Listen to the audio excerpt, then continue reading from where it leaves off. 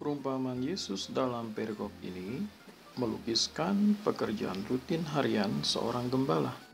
Tiap hari gembala itu memasuki kandang melalui pintu, bukan dengan memanjat dari tempat lain.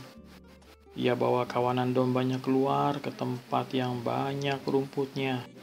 Ia harus melindungi kawanan domba itu dari mara bahaya, baik penyamun maupun serigala.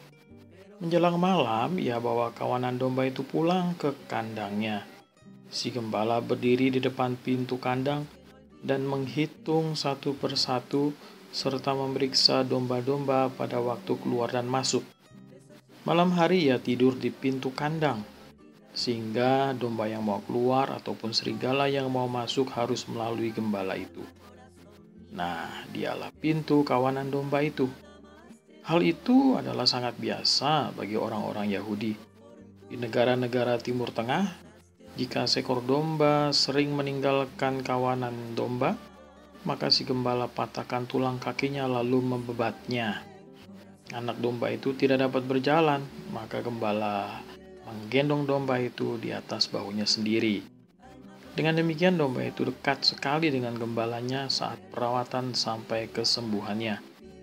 Nah, efeknya apa? Efeknya ia tidak mau meninggalkan gembala lagi. Acap kali Yesus pun harus menyakiti atau mengingatkan dengan keras orang Kristen yang suka menyimpang. Apa maksud Yesus? Agar mereka sadar dan sembuh, serta akhirnya orang itu kembali kepadanya, bagai domba yang dipeluk mesra oleh sang gembala. Selama hampir 50 tahun, Don Ritchie berhasil menyelamatkan nyawa 160 orang yang hendak terjun dari sebuah tebing di Australia. Don ini diberi gelar The Angel of the Gap atau Malaikat The Gap. Don memutuskan untuk tinggal tepat di seberang jalan dari The Gap. Tiap bangun pagi, ia lihat keluar jendela untuk pastikan apakah ada orang yang berdiri di dekat tebing. Jika dia lihat bahwa orang itu mungkin akan melompat, dia akan segera berjalan menuju orang itu dan tersenyum. Dengan wajah ramah, dia sapa, "Ada sesuatu yang bisa kulakukan untuk menolong Anda?" Lalu diajaknya orang itu berbincang-bincang dan mampir ke rumahnya untuk sekedar minum teh atau sarapan. Sangat sederhana bukan? Tapi trik ini selalu berhasil. Don sendiri pernah bertugas di Angkatan Laut Australia selama Perang Dunia Kedua.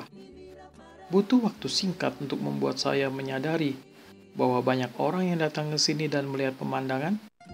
Dan hal berikutnya yang saya tak sadari, mereka lenyap. Katanya dalam sebuah wawancara kepada The Sydney Morning Herald.